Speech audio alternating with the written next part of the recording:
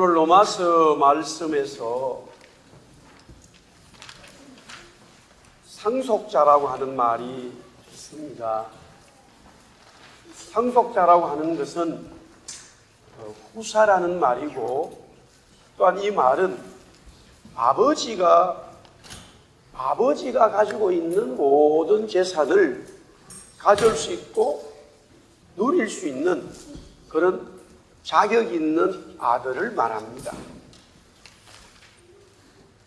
그런데 오늘 성경에 보니까 이 상속자라는 말과 함께 계속 함께 나오는 단어가 언약이라는 말과 약속이라는 말입니다. 언약이라는 말과 약속이라는 말은 같은 말인데, 또한 상속자라고 하는 이 상속이라는 말과 연결이 되어 있습니다. 너는 나의 상속자라고 말한다면 너는 나의 언약자라는 말입니다. 그러면 아브라함의 상속자는 누구인가 하는 것입니다. 아브라함이 이민 가서 많은 재산과 종도를 거느리고 있습니다. 이 모든 재산과 종도를 누가 가질 수 있냐 이 말입니다. 이미 우리가 말씀을 보았습니다마는 엘리에셀은 아브라함의 씨가 아니기 때문에 상속자가 될 수 없다고 했습니다. 종이었습니다. 많은 종들 중에서 가장 뛰어난 종이 누구였냐면은 엘리에셀인데, 아브라함이 이 엘리에셀에게 자기의 상속을 넘기려고 생각했습니다. 마음을 먹었습니다. 왜냐하면은 아브라함에게는 자녀가 없었기 때문입니다. 그러나 하나님은 이런 마음을 가지고 있었던 아브라함에게 엘리에셀은 상속자가 아니고 네 몸에서 나는 자가 상속자가 된다라고 했습니다. 창세기 21장 12절부터 13절에 하나님이 아브라함에게 이르시되 네 아이나 네 여종으로 말미암아 근심하지 말고 사라가 네게 이런 말을 다 들어라. 이삭에게서 나는 자라야 네 씨라 부를 것이니라. 그러나 여종의 아들도 네 씨니 내가 그로 한 민족을 이루게 하리라. 두 번째로는 이스마엘이었습니다. 이스마엘은 아브라함의 몸에서 난 자인데요, 종인 하갈과 함께 지어진 아들이었습니다.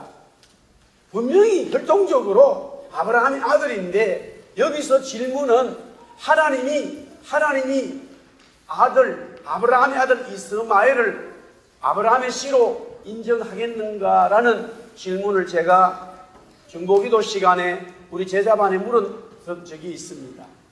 우리가 미리 이미 하나님은 이삭을 통해서 복을 주셨어라는 그런 선입관을 가지고 있다 보니까 이스마엘은 우리가 살아가는 세상의 사람들의 모습 속에서는 아브라함의 아들이야라고 말하지만 하나님은 아닐 거야 라는 그런 마음들을 가질 수 있습니다만, 오늘 성경에 보니까 여종의 아들도 니시라 이 말이에요. 여종의 아들이란 말은 하갈의 아들인데, 하갈의 아들 이스마엘도 하나님이 인정하는 아브라함의 씨였다 이 말이에요. 그렇다면 이스마엘도 하나님이 말씀하신 이 바로 상속자가 될 수 있는데, 하나님이 말씀하신 상속자는 이스마엘이 아브라함의 씨지만은 아니라는 말이에요. 그렇다면 왜 하나님이 말씀하신 상속자가 이스마엘은 될 수 없을까? 궁금하지 않을 수 없어요. 분명히 아브라함의 몸에서 난 씨다 이 말입니다.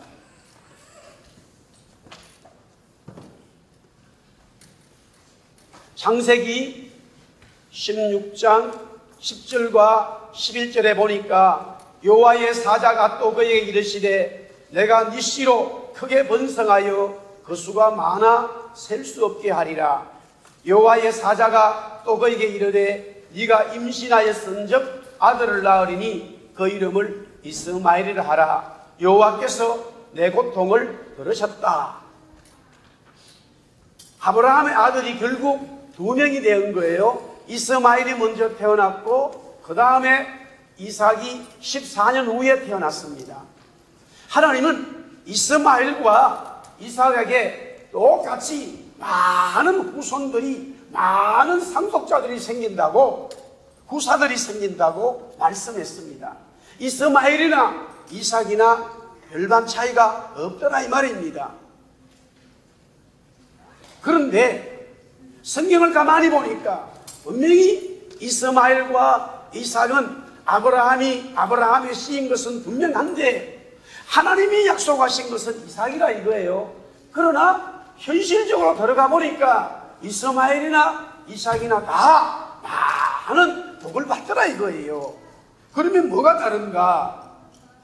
분명히 이스마엘과 이삭과 이스마엘은 차이가 있습니다. 우리 창세기 17장 19절 말씀은 다 같이 읽겠습니다. 다 같이 읽습니다. 큰 소리로 시작. 하나님이 이르시되 아니라 이 안에 사라가 이게 아들을 낳으리니 너는 그 이름을 이삭이라 하라. 내가 그와 내 언약을 세우리니 그의 후손에게 영원한 언약이 되리라. 이스마엘도 이삭도 많은 복을 받는데 하나님은 이삭에게 아브라함과 사라를 통하여 주신 아들 이삭에게 언약이라는 말을 쓰고, 오늘 여기 바울이 말한 것처럼 언약이라는 말, 약속이라는 말인데요, 언약이라는 말을 쓰면서 또한 놀라운 것은 그 언약을 영원한 언약이라는 거예요. 아브라함도 죽었어요. 이삭도 죽지요. 저와 여러분도 언젠가는 죽습니다. 그렇기 때문에 우리에게는, 여러분에게는, 저에게는 영원하다는 말이 맞지 않습니다. 말을 쓸 수가 없어요. 그렇잖아요. 그런데 하나님은 태어나지도 않은 이삭에게 영원한 언약이라는 말, 언약이라는 말로 놀라운데요, 언약이라는 말도 너무 놀라운데 거기에다가 영혼이라고 하는, forever라고 하는, 사람에게는 연락될 수 없는 이 표현이 있더라 이 말이에요. 하나님이 아브라함과 사라에게 이삭을 주시면서 영원한 언약이라고 한 말은 오늘 처음 한 게 아니라 다른 말로 표현을 했습니다. 창세기 12장 2절과 3절에 보니까 내가 너로 큰 민족을 이루고 네게 복을 주어 이름을 창대하게 하리니 너는 복이 될지라. 너를 축복하는 자에게는 내가 복을 내리고 너를 저주하는 자에게는 내가 저주하리니 땅의 모든 족속이 너로 말미암아 복을 얻을 것이라. 우리 따라 할까요? 땅의 모든 족속이 너로 말미암아 복을 얻을 것이라. 할렐루야. 우리 한번 이렇게 따라하겠습니다. 땅의 모든 족속이 나로 말미암아 복을 받는다. 할렐루야. 우리 여기 아이들도요, 이런 말씀들을 내 것으로 받아야 돼요. 내가 나이가 어리기 때문에 돈이 없어서 능력이 없고 이런 게 아니에요. 살아있는 사람은요, 나이에 관계없이, 남녀에 관계없이 영으로 역사하는 거예요. 하나님의 영으로 역사하는 거예요. 할렐루야. 우리 아이들, 청년들, 학생들이 나로 말미암아 모든 사람이 복받는 사람이 되어야 된다. 나로 말미암아 모든 사람이 복을 받는다. 나로 말미암아 우리 부모님이 복을 받고, 나로 말미암아 우리 가족과 친척들이 복을 받고, 나로 말미암아 친구들이 복을 받고, 아직까지도 아멘도 안 하고 나로 말미암아. 할렐루야. 이건 놀라운 거예요. 저는 어릴 때 뭐 설교를 이런 어른들이 뭐 알지요. 목사님이 오셔서 뭘 알겠다. 그러나 이런 말을 하면 뭔지는 모르지만은 이거 내가 잡아야 된다. 이런 마음이 어릴 때 있었어요. 너무나 가난하고 조롱을 받는 동네 사람들로부터 가난하다고 못 산다고 조롱을 받았지만은 교회 와서 주일 선생님이 아니면은 전도사님, 목사님이 이런 말씀을 하시면 아브라함의 이야기가 아브라함 이야기로 끝나는 것이 아니라 너의 이야기가 될 수 있어. 이야, 할렐루야. 창세기 22장 18절에도 보니까 또 씨로 말미암아 천하 만민이 복을 받으리니 이는 네가 나의 말을 행하였음이라. 할렐루야. 이스마엘에게는 이런 말이 없어요. 그러나 아브라함과 사라가 낳은 이삭에게는 하나님께서 천하 모든 사람들이 복을 받도록 한다는 거예요.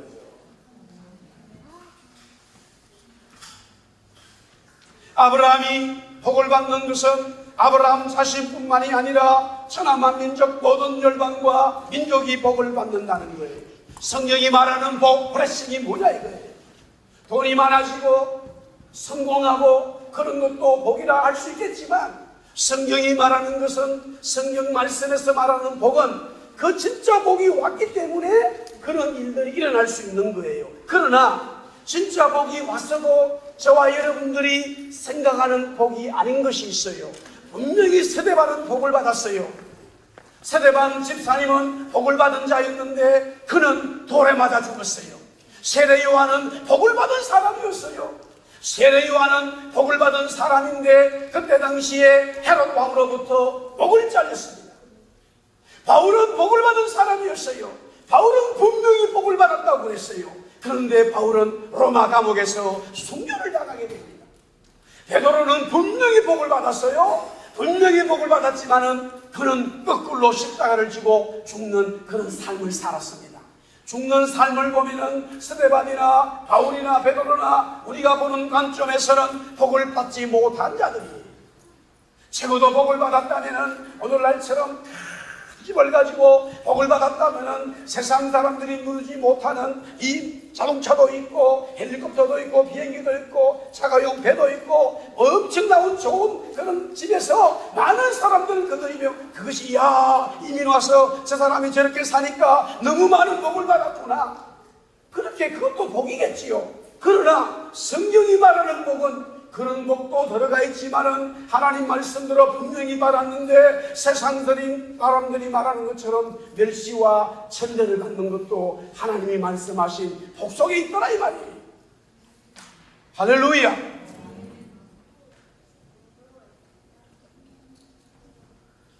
모든 사람들이 복을 받는 하나님이 말씀하신 것은요, 예수 그리스도를 말씀하고 있습니다. 이스마엘과 이삭이 다 큰 민족을 이루겠다고 하는 하나님의 엄청난 말씀을 받았는데요, 이스마엘에게는 언약이 없어서 천하 만민이 복을 받는 언약의 역사는 없지요. 하지만 이삭을 통한 이삭의 씨에서는 천하 만민이 복을 받는 예수 그리스도의 새 언약의 역사가 있더라. 오늘 예레미야 말씀에서 말씀 묵상 오늘 말씀 보면은 31장 31절부터 34절에 우리가 같이 큰 소리를 같이 그냥 읽겠습니다. 예레미야 31장 31절부터 34절 시작. 여호와의 말씀이니라. 보라 날이 이르리니 내가 이스라엘 집과 유다 집에 새 언약을 맺으리라. 이 언약은 내가 그들의 조상들의 손을 잡고 애굽 땅에서 인도하여 내던 날에 맺은 것과 같이 아니할 것은 내가 그들의 남편이 되었어도 그들이 내 언약을 깨뜨렸음이라. 여호와의 말씀이니라. 그러나 그날 후에 내가 이스라엘 집과 맺을 언약은 이러하니 곧 내가 나의 법을 그들의 속에 두며 그들의 마음에 기록하여 나는 그들의 하나님이 되고 그들은 내 백성이 될 것이라. 여호와의 말씀이니라. 그들이 다시는 각기 이웃과 형제를 가르쳐 이르기를 너는 여호와를 알라 하지 아니하리니 이는 작은 자로부터 큰 자까지 다 나를 알기 때문이라. 내가 그들의 악행을 사하고 다시는 그 죄를 기억하지 아니하리라. 여호와의 말씀이니라. 할렐루야. 이미 하나님은 예레미야 시대에 예레미야에게 새 언약을 말씀하셨어요. 아브라함과 이삭에게 말한 그 언약을 계속적으로 말씀하시면서 예레미야가 말씀을 전하는 그 어려운 시대에 언약을 얘기하면서 예레미야야, 내가 새 언약을 너에게 주고 내가 새 언약을 통해서 나의 역사를 이룰 거야 라고 말씀했는데, 오늘 여기 보니까 새 언약은 두 가지의 뜻이 담겨 있더라는 거예요.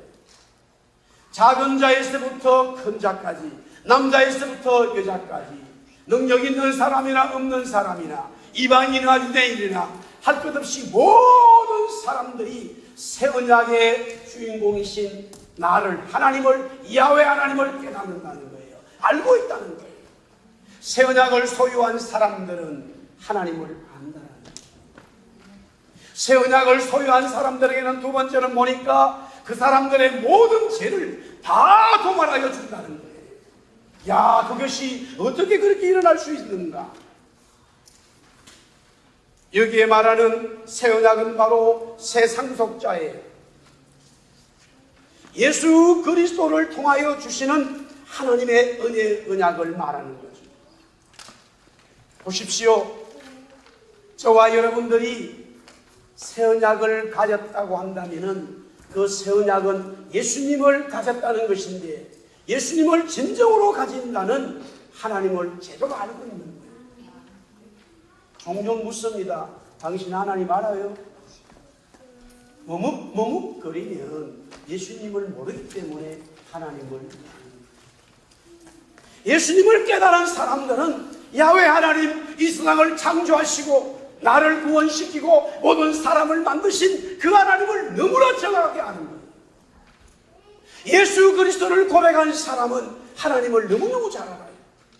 예수 그리스도를 고백한 사람은 또한 자기의 모든 죄가 사함받았다는 것을 고백하고 찬송하는 거예요. 할렐루야. 물론 예수 그리스도를 모르기 때문에 내가 지금 이렇게 사람은 되는가 하면서도 나름대로 신경을 쓰는 사람들은 잘 살려고 말해요. 이렇게 살면 안 되지라고 자기의 인본적인 생각들을 말하고 나름대로 구제하고 뭐 이렇게 살아가요. 부질없는 짓이에요. 너희가 나에게 구제를 했느냐, 너희가 나에게 무엇을 했느냐가 아니라 예수 그리스도 새 언약을 너희가 깨닫고 소유했느냐는 것을 묻는 거야. 할렐루야.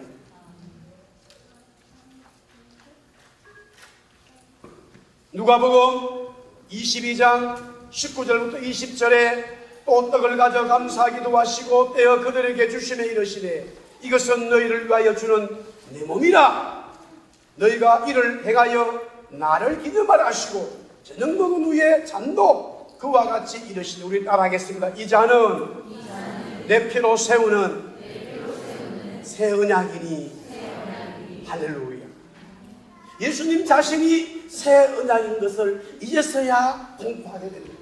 많은 세월이 흘렀습니다. 많은 믿음의 사람들이 흘러갔습니다. 하나님이 아브라함에게 말했던 그 언약, 아니 노아에게 말했던 무지개의 언약 같은 모든 언약들, 이 모든 언약들의 핵심이 바로 예수 그리스도라는 사실을, 예수님이 이 땅에 오셔서 하나님의 아들로 이 땅에 오셔서 그때서야 자기가 새 언약이야, 내가 하나님 말씀하신 성경의 언약자라고 선포했다 이 말이에요.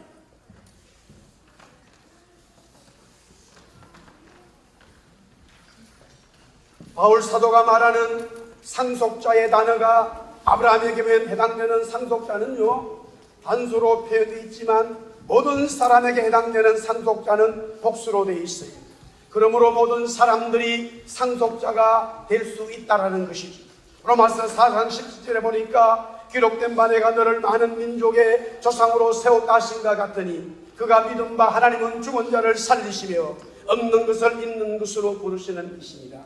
놀라운 말씀입니다. 우리 한번 더 따라합시다. 하나님은 죽은 자를 살리시며 죽은 자를 살리시며 없는 것을 있는 것으로 부르시는 이시니라. 죽은 자를 살리고 없는 것도 있게 만드신 분이 하나님입니다.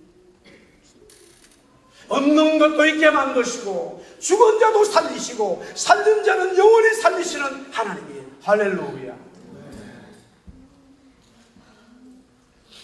로마서 4장 23절 24절에 보니까 그에게 의로 여겨졌다고 기록된 것은 아브라함만 위한 것이 아니요 의로 여기심을 받은 우리도 위함이니 곧 예수 우리 주 죽은 자 가운데서 살리시리를 믿는 자라.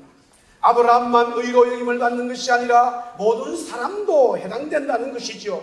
그런데 예수 그리스도를 살리신 하나님을 믿어야 된다. 여기 아브라함과 우리들의 차이가 무엇인가? 아브라함은 아들을 얻을 수 없는 데서 아들을 얻었기 때문에 하나님을 믿었어요. 그래서 하나님으로부터 어렵다 하심을 받았습니다. 그런데 우리는 아들을 얻는 것이 아니라 아들 얻는 것을 믿는 것이 아니라 죽었던 예수 그리스도를 살아나도록 하신 하나님을 믿으면 아브라함이 어렵다 하심을 얻은 것처럼 우리 또한 그렇게 된다는 거예요. 믿는 하나님은 같고 결과도 같은데 내용의 과정이 좀 다르게 보입니다만 사실은 이것 또한 같은 것이죠. 예수 그리스도를 믿는 것이에요. 로마서 4장 13절에 보니까 아브라함이나 그 후손에게 세상의 상속자가 되리라고 하신 언약은 율법으로 말미암은 것이 아니요 오직 믿으니라. 여기에 세상의 상속자는 바로 언약인데 예수 그리스도를 말하기 때문에 아브라함도 언약의 핵심인 중보자인 바로 이 예수 그리스도를 아들을 이삭을 얻음으로써 예수님을 믿은 것이고 우리 또한 예수 그리스도를 믿기 때문에 사실은 아브라함이 아들 얻는 거 믿는 것이나 이미 예수 그리스도가 십자가에 죽었다가 살아나신 이미 이 복음의 역사가 복음의 모든 열매가 끝난 그것을 믿는 우리들은 다 동일하다는 거예요.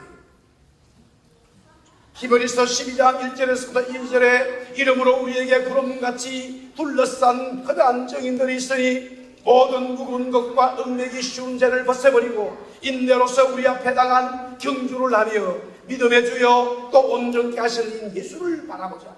그는 그 앞에 있는 기쁨을 위하여 십자가를 참으사 부끄러움을 개의치 아니하시더니 하나님 보좌 우편에 있었다. 할렐루야.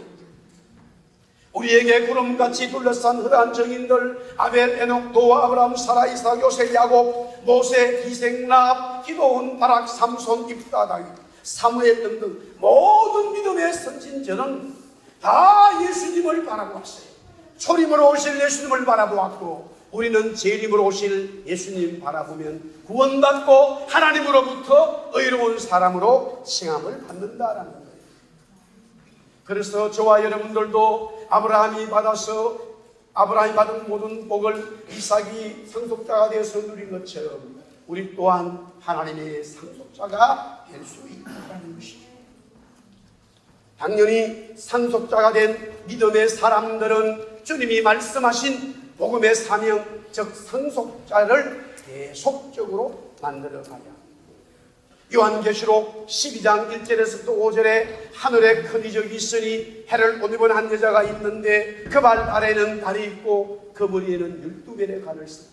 이 여자가 아이를 배워 해산하게 되어 아파서 애를 숨에 부러졌는데 하늘에 또 다른 이적이 보이니 보라 큰 붉은 용이 있어 머리가 7이요 뿔이 10이라. 그 여러 머리에 7 왕관이 있는데 그 꼬리가 하늘의 별 3분의 1을 끌어다가 땅에 던지라. 용이 해산하려는 여자 앞에서 그가 해산하면 그 아이를 삼키고자 하는 여자가 아들을 낳으니 이는 장차 철장으로 만국을 다스릴 남자. 그 아이를 하나님 앞과 그 보좌 앞으로 유다의 모습입니다. 해로 옷을 입었고 발 아래는 달이 있고 머리에는 12벨의 관을 썼다는데 바로 온전하고 완벽하게 구원을 받은 성령의 여자, 의로 여김을 받았고 의의 삶을 살고 있는 여자, 그 여자가 아이를 출산하게 되어 고통으로 부러졌습니다마는 결국 그 여자는 아들을 낳습니다. 이삭은 아브라함과 사라를 통하여 얻어진 아들입니다. 아브라함을 예수 그리스도로 본다면 사라는 여자 즉 교회로 보는데, 남편 예수 그리스도와 아내 교회가 하나 되어서 얻어진 아들, 바로 영적인 상속자를 말합니다. 구원받은 그리스도로부터, 하나님으로부터 구원받은 저와 여러분들은 예수 그리스도 신랑이신 예수님을 모시고 거룩한 신부가 되었어요. 그 계속적으로 우리의 삶을 통하여 하나님이 원하시는 영적인 상속자들을, 복음의 역사를 맺어가야 된다는 것이죠. 교회는, 성도는 힘들고 고난의 어려움이 있지만은 그만큼 영광과 기쁨과 밀관에 있는 상속의 아들들을 낳아간다. 그렇다면 아브라함과 하갈이 얻은 아들 이스마엘은 어떠하느냐? 하나님이 말씀하신 상속자가 아니지요. 마찬가지로 예수 그리스도와 같이 안에 교회와의 아들은 상속자가 될 수 없어요. 요한계시록 17장 1절에서 보니까 그 내용에는 바로 음녀가 나옵니다. 이 음녀는 물질에 빠져 있어요. 붉은 옷과 자주옷을 입었어요. 금과 보석과 진주를 가지고 손에 금잔을 가졌어요. 타락한 교회를 말하는 거예요. 물질이 중심이 된 거예요. 그뿐만이 아니라 땅의 임금들과 함께 더불어 음행을 한다. 세상의 모든 돌아가는 정치와 경제에 세상 사람들이 하는 그 모습에 교회가, 성도가 함께 배를 타고 함께 살아가는 삶을 말하고 있는 거예요. 이 말은 예수님을 신랑으로 모신 것처럼 말하지만은 진짜 신부가 되지 않았다는 이야기예요.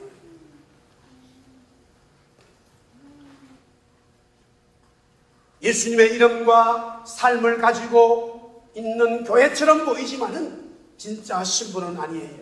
세상을 사랑하고 물질을 사랑하고 세상 속에 빠져 있어요. 그렇기 때문에 예수님의 이름을 모독한 거예요. 그래서 신랑이신 예수님이 마지막에 강하게 심판을 하겠다라는 것이죠. 이제 말씀을 정리할까 하는데요, 오늘 이 말씀의 정리를 통해서 여러분들이 분명하게 깨달을 수 있기를 바랍니다. 어제 금요일날 성산교회에서 천국 환송 예배를 드리고, 어제 토요일을 이제 로얄로 우리 가까운 곳에 포레스트에서 이제 오영석 목사의 하간 예배가 있었어요. 이미 한국에서 시신을 화장해서 한 줌의 재를 통에 담아 왔습니다. 그 통을 땅에다가 묻는 것이에요.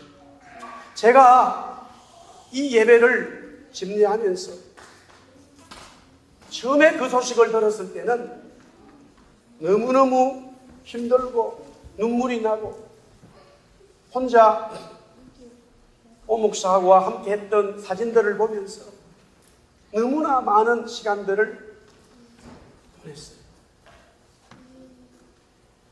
어제 우리 아내가 여보 저녁에 월남국수 한 그릇 갑시다 그러는데, 오영석 목사 함께 했던 그 월남국수 집에 갔어요. 거기에 있는 사람들이 다 식구들이 하기 때문에 일하는 사람도 바뀌질 않는데,